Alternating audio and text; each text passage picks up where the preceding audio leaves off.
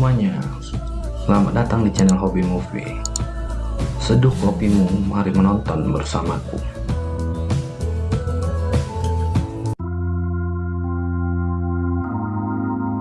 Film ini menceritakan sekelompok penjahat yang menjadi buronan polisi setelah membunuh dua petugas yang akan menjebloskannya ke penjara. Tanpa sengaja, anak dari ketua penjahat tersebut berkenalan dengan dua orang gadis di minimarket dan dia mengajak keduanya untuk singgah ke sebuah motel tempat dia menginap dengan alasan ingin menghisap daun ganja. Tanpa disadarinya, muncullah ayahnya beserta dua anggotanya secara tiba-tiba ke tempat itu. Kontan hal itu membuat anaknya gugup dan ketakutan jika ayahnya berbuat jahat kepada mereka. Ternyata dugaannya benar. Setelah menculik dan menyiksa kedua wanita itu, tanpa sengaja mereka mencari perlindungan di rumah orang tua dari salah satu korban. Ketika sang orang tua mengetahui apa yang terjadi pada putri mereka pun merencanakan pembalasan dendam. Lanjut guys. Film dibuka dengan diperlihatkannya seorang kriminal berada di dalam mobil polisi dan akan segera dimasukkan ke dalam penjara. Mobil tersebut ditabrak dari arah yang berlawanan secara sengaja dengan maksud ingin menyelamatkannya. Hal itu tak lain dilakukan oleh dua anggotanya yang sudah merencanakan ini dari awal.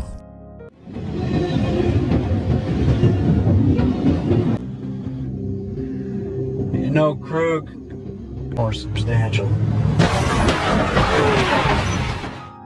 Kedua polisi tersebut pun terkapar dengan wajah berlumuran darah. Seketika turun penjahat tersebut yang bernama Crook. Dia diselamatkan oleh pacarnya bernama Sadie dan adiknya sekaligus sebagai anggota bernama Prancis. Crook lalu membunuh opsir polisi tersebut dengan mengikat lehernya sampai mati.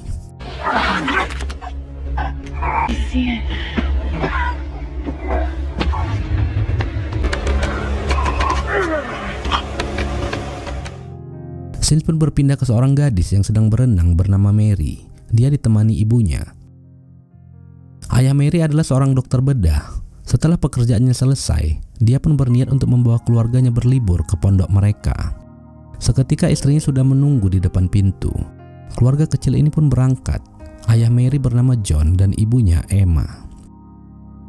Singkat cerita, mereka pun sampai. Pondok mereka cukup luas dan juga tersedia rumah tamu yang tak jauh dari pondok utama. Seketika Emma membaca pesan adiknya yang baru saja meninggalkan pondok mereka dan memberikan minuman botol sebagai ucapan terima kasih karena sudah diizinkan untuk memancing di tempat itu. Lalu dia pun masuk ke rumah tamu. Dia melihat sebuah kalung dari Ben, yaitu abangnya yang sudah meninggal setahun yang lalu. Kalung itu pun dipakainya sebagai kenang-kenangan. Pondok di pinggir danau yang indah membuat liburan mereka menyenangkan. Dan Mary pun segera berenang menikmatinya sekaligus melatih bakatnya.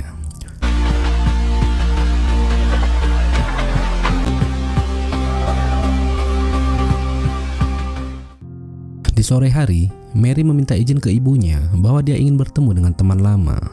Ibunya agak khawatir mengingat Mary masih muda dan dia takut terjadi sesuatu padanya.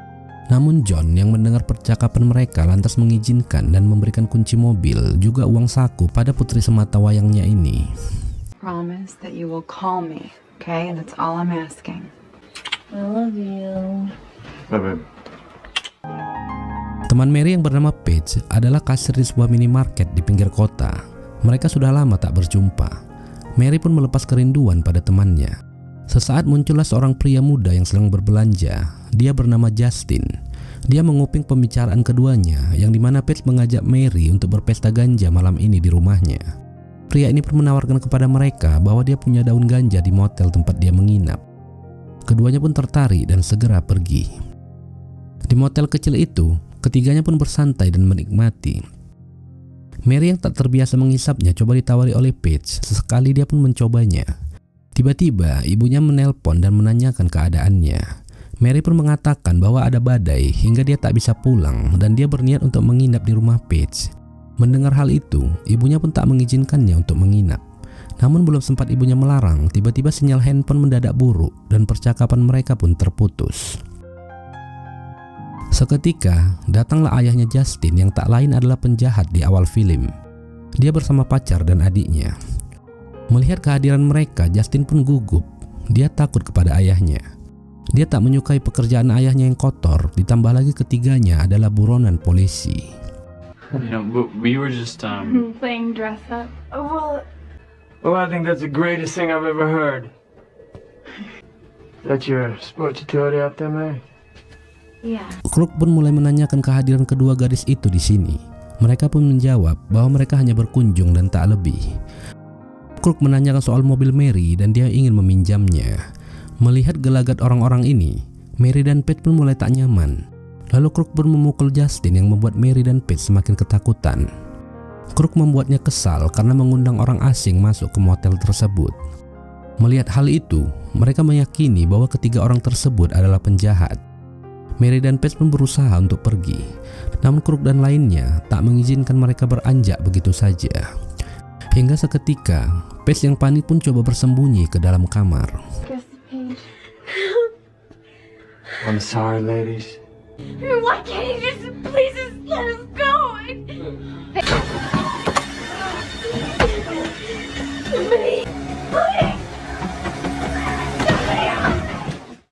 Justin yang menatap Mary pun segera meminta maaf kepadanya dengan mengatakan bahwa dia tak menyangka bahwa ayahnya ini beserta komplotannya datang secara tiba-tiba.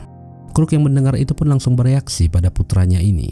You knew not to bring anybody back here, but you did it anyway.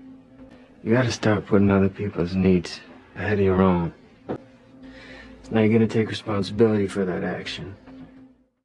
Sesaat mereka pun pergi. Tanpa tujuan yang jelas, Mary dan Pete pun ditahan oleh mereka sekedar untuk bersenang-senang. Tanpa mereka ketahui, mobil mereka menuju ke arah pondok Mary. Lalu di saat semua lengah, Mary segera mengambil api rokok dan menyundut kepala Sadie yang berada di sebelahnya, hingga mobil pun oleng dan menghantam pepohonan berkali-kali, lalu menabrak pohon yang membuat Prancis terluka parah.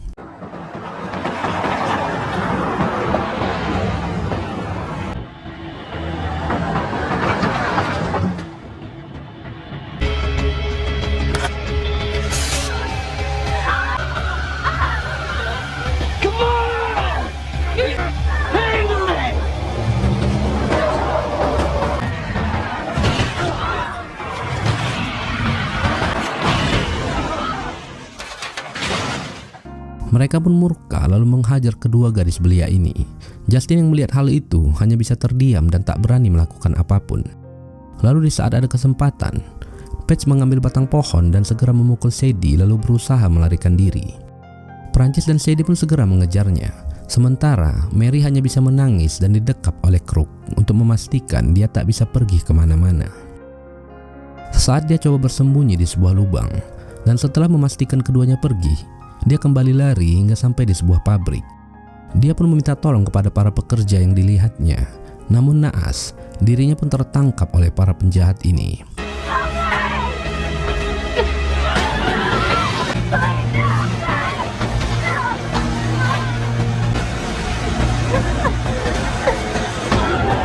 Lalu seketika Crook meminta Justin untuk memilih gadis mana yang akan dia tiduri. Justin pun menolak permintaan ayahnya itu, hingga mereka pun memaksanya dengan coba merobek pakaian Mary. Seketika anak ini pun berontak dan tak mau melakukannya. Melihat hal itu, Crook pun bernafsu kepada Mary. Pete coba menahan perbuatannya dengan menghina Crook. Mendengar ucapan Pete, pria ini pun emosi dan menikamnya berkali-kali. Prancis juga tak tinggal diam. Where did that come from? Out here.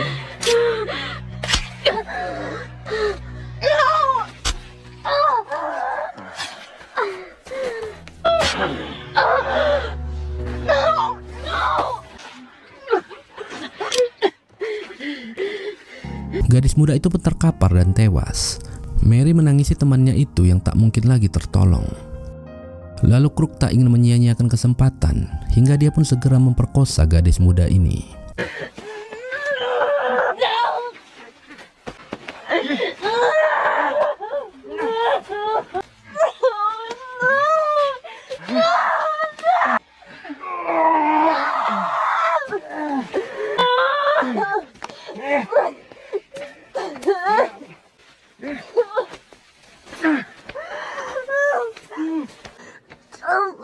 Please. That what you want? What the? You want that?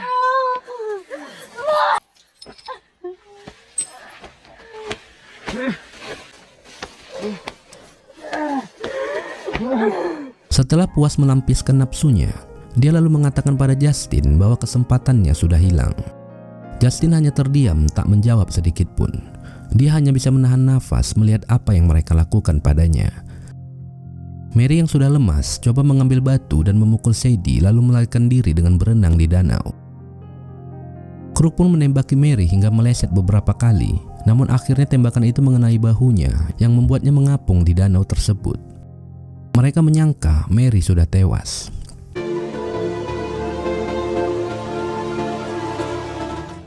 Scene selalu berpindah ke John dan istrinya yang dimana mereka baru selesai makan malam. Tak lama pintu rumah mereka pun diketuk oleh seseorang yang tak lain adalah gerombolan penjahat ini. Mereka menumpang berteduh dan meminta bantuan dengan alasan bahwa mereka mengalami kecelakaan. John sebagai dokter pun segera bertindak mengobati hidung Frances yang patah. Sementara Emma melayani yang lainnya dengan membuatkan teh hangat. Seketika lampu di rumah itu pun padam. John segera menghidupkan genset yang berada di gudang. Emma pun mengobrol dengan mereka menanyakan apa kepentingan mereka ke daerah itu. Crook mengatakan bahwa dia dan Frances sering dibawa ayah mereka ke danau itu sejak kecil. Maka dia pun berniat membawa Justin ke tempat tersebut hanya sekedar untuk bernostalgia. Tak lama John pun kembali dengan membawa senter dan segera menjahit hidungnya Frances. Emma kembali menghubungi Mary untuk menanyakan kabarnya, namun tak ada jaringan. Melihat cuaca yang semakin memburuk, John lalu menawarkan kepada mereka untuk menginap. Emma di sini sudah merasa tak nyaman dengan kehadiran Crook CS. Namun karena melihat John yang ingin membantu mereka, akhirnya dia pun setuju dengan meminta mereka untuk menginap di rumah tamu yang berjarak sekitar 20 meter dari pondok utama. Lalu Justin pun beranjak meminta izin ke toilet sekaligus meletakkan gelasnya di dapur. Tanpa diduga, dia melihat foto Mary yang terpajang di pintu kulkas. Kontan hal itu membuat jantungnya berdegup kencang dan menyadarkannya bahwa John dan Emma adalah orang tua dari gadis malang tersebut. Hal itu membuatnya lemas dan segera masuk ke toilet. Lalu tak lama dia pun meletakkan kalung Mary di sisi gelasnya sebagai penyesalan dan meminta maaf karena dia tak mampu untuk melindunginya. Di tengah malam, Emma pun menyiapkan lilin sebagai penerang untuk mereka menginap dan dia menjelaskan apa-apa saja yang mereka butuhkan di tempat itu. Lalu dia pun kembali. Sebelum John dan Emma beristirahat, dia mendengar suara berisik dari arah beranda mereka. Segera John mencari tahu suara apa itu dan seketika inilah yang dilihatnya.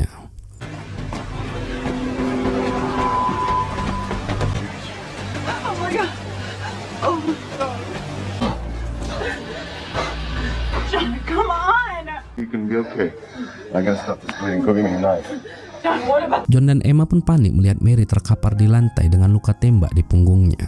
Segera dia menyuruh istrinya untuk mengambil obat-obatan dan pisau untuk mengeluarkan peluru tersebut. Lalu di saat Emma ke dapur, tanpa sengaja dia melihat kalung Mary di sisi gelas Justin. Dia pun kaget. Pikirannya kacau. Tangannya gemetar mengambil kalung itu.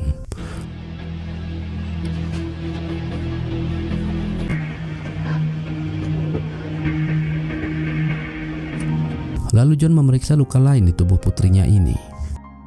Dia melihat darah di kemaluan Mary yang tak lain putrinya ini adalah korban perkosaan. Dia pun berusaha keras untuk mengobati Mary dengan menyambungkan selang agar Mary bisa bernapas dengan lega. Lalu sesaat setelah Mary lebih tenang, Emma pun segera melaporkan apa yang dilihatnya pada John. Okay. What? The kid. John, Mary was wearing this when she left. She was wearing this when... The kid put it there.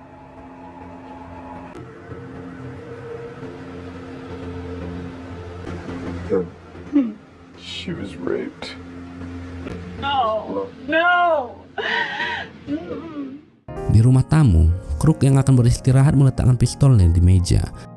Sementara Justin melihatnya dari ruang tamu dan tak bisa tertidur. Pikirannya berkecamuk dan dia tak tahu apa yang harus dilakukannya. Dia terus menatap pistol itu seolah-olah ingin diambilnya dan ditembakkannya ke kepala ayahnya ini. Di saat Crook ke toilet, kesempatan itu digunakan Justin untuk mengambil pistol ayahnya tersebut. Sementara John yang hendak berniat membawa Mary ke rumah sakit malam itu juga tidak menemukan kunci kapal mereka. Dia pun mencarinya ke dalam gudang. Tiba-tiba saat Emma di dapur, Di belakangnya muncul Prancis yang mengatakan bahwa dirinya tak bisa tidur dan dia butuh bir. Emma yang gugup coba berinteraksi dengannya dengan berpura-pura mengalihkan perhatiannya agar tak melihat foto Mary. Lalu setelah minum, Prancis pun menumpang untuk mandi dan tanpa sengaja dia melihat Mary yang tergeletak di atas meja. Tanpa basa-basi, Emma pun menghantam pria ini.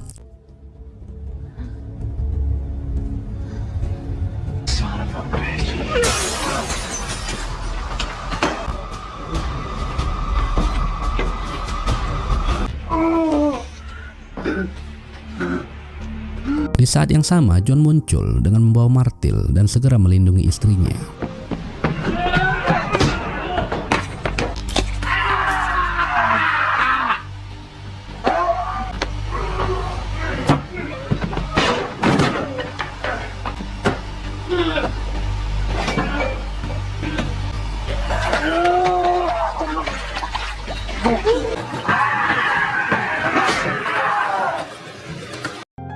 Akhirnya Prancis pun tewas di tempat.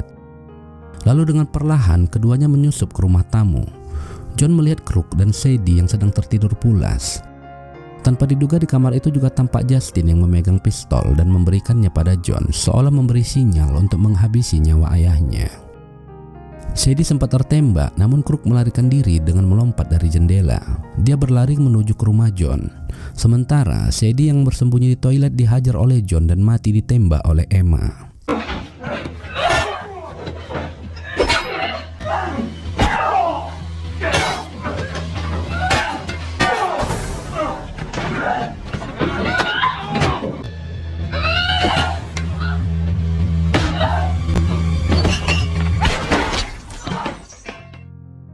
Crook yang melihat adiknya sudah tewas dengan berlumuran darah sudah mulai menyadari bahwa John dan Emma mengetahui dialah yang memperkosa dan menembak anak mereka.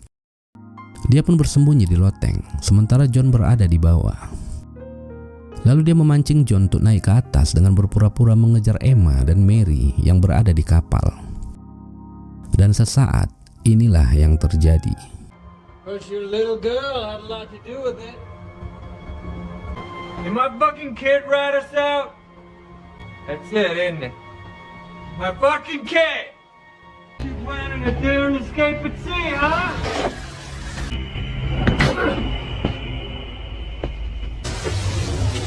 No! Emma!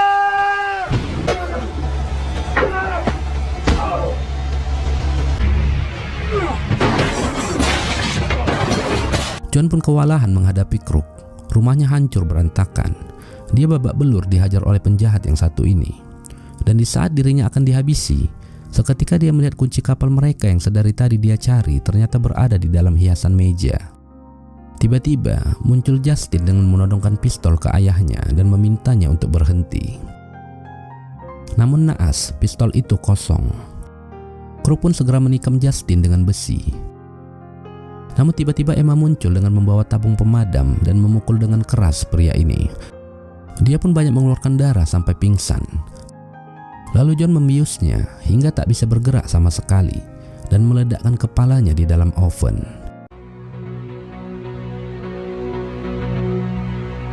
What is this? I can't move.